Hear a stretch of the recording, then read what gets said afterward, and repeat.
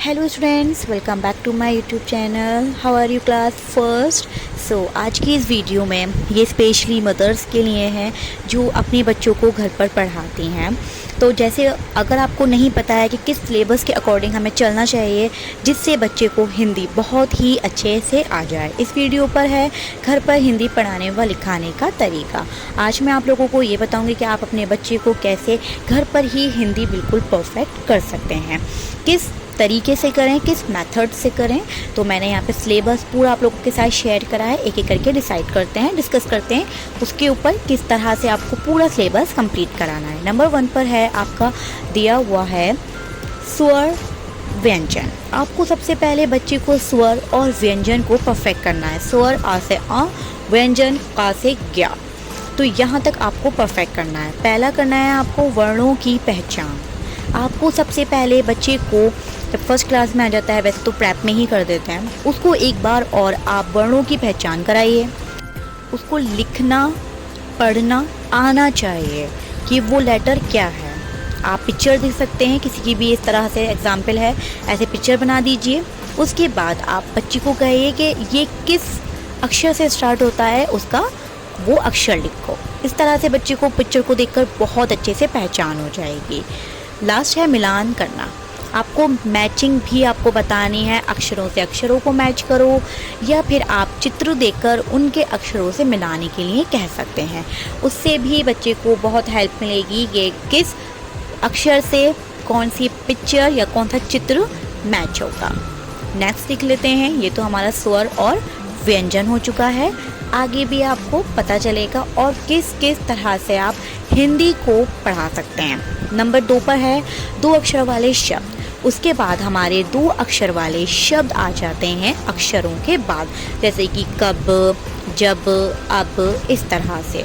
तो ये हमारे 2 अक्षर वाले शब्द होते हैं। एक एक अक्षर से 2 अक्षर लेकर मिलता है एक शब्द, जो कि हम बोलते हैं 2 अक्षर वाले शब्द। उसको पढ़ना लिखना आना चाहिए, किस तरह से हम 2 अक्षर वाला शब्द लिखेंगे, किस तरह से पढ़ेंगे। और जोड़ना, आप उनको जोड़ने के लिए भी दे सकते हैं। अक्षरों को अलग अलग करके दे दीजिए, प्लस लगा के, वो उसको मिलाएगा, और मिलाकर दे दीजिए, वो उसको तोड़ेगा। तो इस तरह से भी। और चित्रों के नाम आप पिक्चर बना के दीजिए, चित्र दीजिए और उनसे कहिए कि 2 अक्षर से ऐसे कौन से ऐसे शब्द बनते हैं जिनका ये नाम पूरा होता है। जग दे दिए, कब दे दिए, कुछ भी। वाक्य, वाक्य भी आप उन्हें बताइए। अब, घर, चल, अब, जग, भर। इस तरह से जब आप वाक्य करवाएंगी तो वाक्यों से उनकी रीडिंग भी इम्प्रूव होगी और उन्हें पढ़ना भी बहुत अच्छे से आ जाएगा। इससे भी बहुत हेल्प मिलेगी आपको। सेंटेंस बनाइए, कम से कम 20-30 एक पेज पे लिख लीजिए अलग, और बच्चे को वो रोज़ डेली प्रैक्टिस करवाइए। 5-5, 6-6 सेंटेंस आप रोज़ पढ़वाएंगी, वाक्य पढ़वाएंगी, बहुत इंप्रूवमेंट आएगा। और वाक्य पढ़ाना मोस्ट इम्पॉर्टेंट है, उससे बच्चे को रीडिंग आती है। चित्र मिलान, चित्र बना के दीजिए और एक तरफ शब्द लिखिए और बच्चे से कहिए कि इसको चित्र मिलान करो, मैच करो सही से। नेक्स्ट आता है आपका इमला। इसका इमला बोल दीजिए आप। 2 अक्षर वाले शब्द का आपको इमला भी बोलना है, जिसको हम डिक्टेशन कहते हैं। डिक्टेशन वर्ड्स आपको बोलने हैं, उनको 10-20 वर्ड्स ज़रूर बोलें। उसके बाद वर्कशीट दीजिए। वर्कशीट में क्या होगा, ये सारा जितना भी आपने कंप्लीट कराया है उसी से रिलेटेड आपके क्वेश्चंस होंगे। लिखना पढ़ना, कुछ क्वेश्चन जोड़ने वाले होंगे, कुछ बच्चे से कहिए कि कुछ 10 अक्षर वाले शब्द लिखो। इस तरह से वर्कशीट आएंगे। वर्कशीट आपको मैं बताऊंगी आगे। 3 अक्षर वाले शब्द, उसके बाद आप 3 अक्षर वाले शब्द करवाइए जो हम जैसे बोलते हैं का, मा, ला, कमल। आप बच्चे को अच्छे से बताइए कि 3 अक्षर को मिला के भी शब्द बनता है। उसको लिखना पढ़ना आना चाहिए, जैसे 2 अक्षर वाले शब्द होते हैं। पता होना चाहिए, लेटर पहचान कर बच्चे को साउंड निकालना आना चाहिए। उसके बाद नेक्स्ट आ जाता है जोड़ना और तोड़ना। तो उसका जोड़ना भी आना चाहिए उस शब्द को, और उसको तोड़ना भी आना चाहिए। आप बच्चे को बताइएगा कि हम किस तरह से तोड़ते हैं शब्द को, प्लस लगाकर तोड़ते हैं, और जो हम जोड़ते हैं उसमें हम प्लस को हटा कर लिखते हैं। इससे बच्चे को अच्छे से समझ में आएगा। चित्रों के नाम लिखना और मिलान करना। चित्र दीजिए एक तरफ, वो आपको पता है, और फिर आप शब्द लिखिए। उसके बाद बच्चा उसको मैच करेगा, उसको पता रहेगा ये पिक्चर इस शब्द की है, और उसको लिखवाइए भी आप बिना देखे। इस चित्र का नाम लिखो क्या है, जैसे कमल की पिक्चर बना दें और उसका नाम लिखवाएं। नेक्स्ट वाक्य, अमर, शहद, चक। इस तरह से 20-30 आप वाक्य लीजिए और उसको आप उनको प्रैक्टिस करवाइए। रीडिंग सबसे ज़्यादा इंपॉर्टेंट है, वो करवाइए। इमला और वर्कशीट वही सेम जैसे हमने 2 अक्षर वाले शब्दों में करा था, वही सेम इमला और वर्कशीट आपको करनी है। वर्कशीट आपको मेरे आने वाले कल में आपको मिल जाएंगी। यहाँ हमारी रीडिंग भी चलेगी, मैं सिलेबस भी कंप्लीट कराऊंगी, उसके साथ साथ मैं आप लोगों के साथ वर्कशीट भी शेयर करूँगी, जिससे आपको बहुत हेल्प मिलेगी। नेक्स्ट आ जाता है 4 अक्षर वाले शब्द। अब वही 4 अक्षर वाले शब्द जो हमारे 4 अक्षरों को मिलाकर एक शब्द बनता है, या आप इसको बच्चों को बताइएगा अच्छे से। तो जैसे कि आप एग्जाम्पल में रज, अचरज, इस तरह से आप बच्चे को बताइए। साउंड भी आप ज़रूर निकलवाइएगा। पढ़ना लिखना आना ही चाहिए, लिखना आना चाहिए बिना देखे। आप उसको डिक्टेट करें, रीडिंग करवाएं।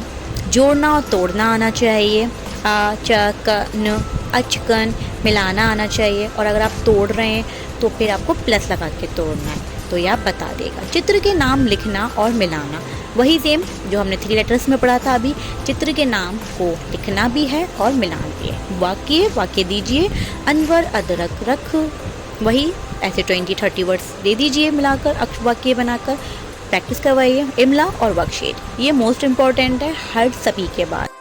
ठीक है, तो आपको समझ में आ ही गया होगा और इनकी वर्कशीट मैं आप लोगों के साथ ज़रूर शेयर करूँगी, जिससे आपको घर पर बैठ के ही आराम से कोई मेहनत नहीं करनी, वही वर्कशीट आपको प्रैक्टिस करानी है बच्चे को। और सबसे इम्पोर्टेंट आपको रीडिंग भी करानी ही है, उससे आपके बच्चे को बहुत ही अच्छे से पढ़ना भी आ जाएगा।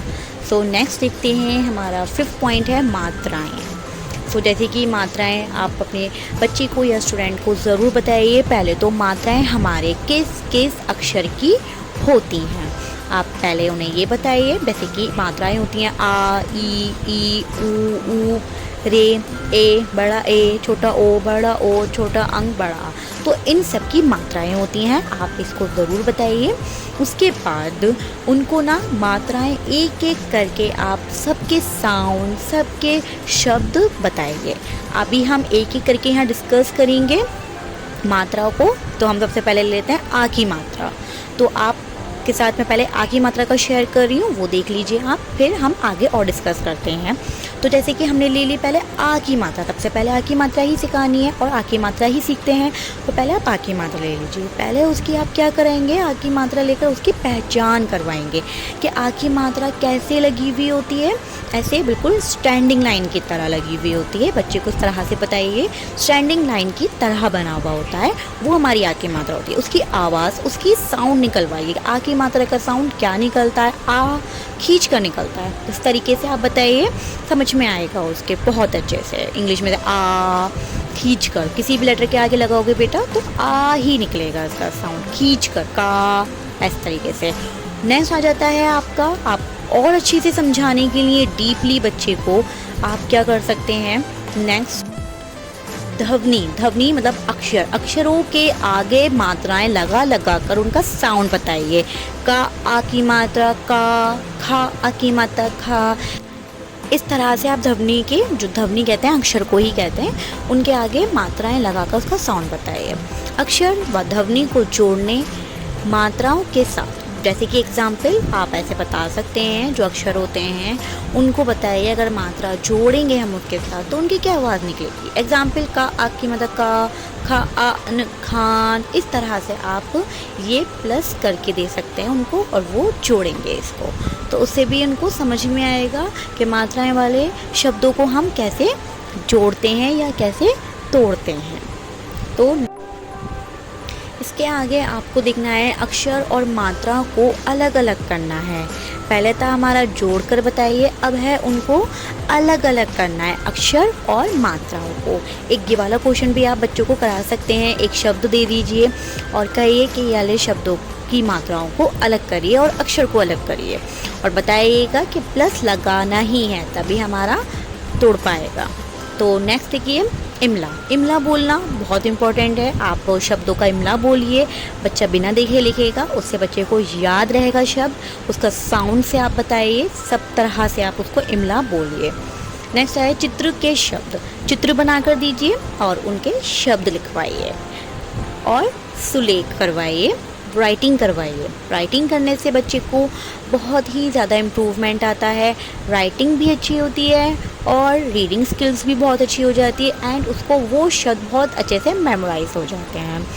नेक्स्ट अभी बाकी है आगे और सिलेबस इसका, तो देखते रहिए। नेक्स्ट है खाली जगह भरना।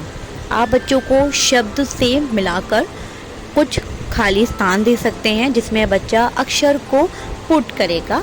उससे आप बताइए कि झ ना तो बीच में क्या आएगा, तो वो उस शब्द को पुट करेगा। तो इससे आप रीडिंग जब उसे सिखाएंगे तो वो शब्द उसके दिमाग में बैठेगा। फिर है वाक्य पढ़ना लिखना।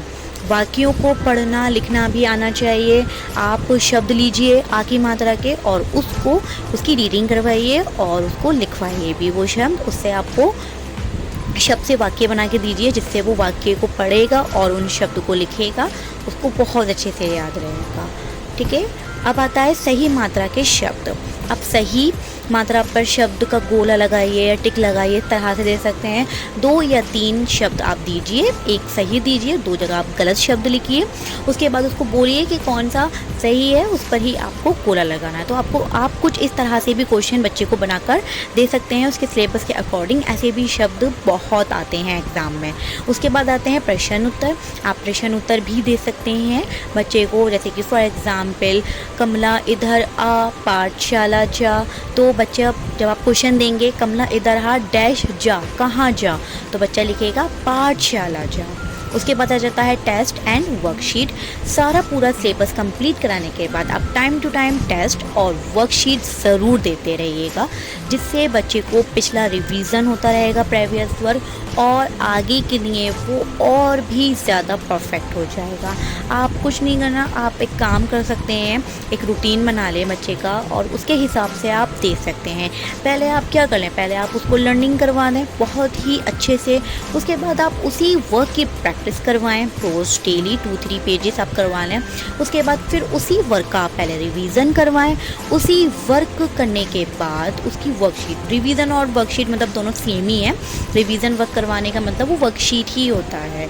उसके बाद एंड देन लास्ट में आप उसका टेस्ट लें।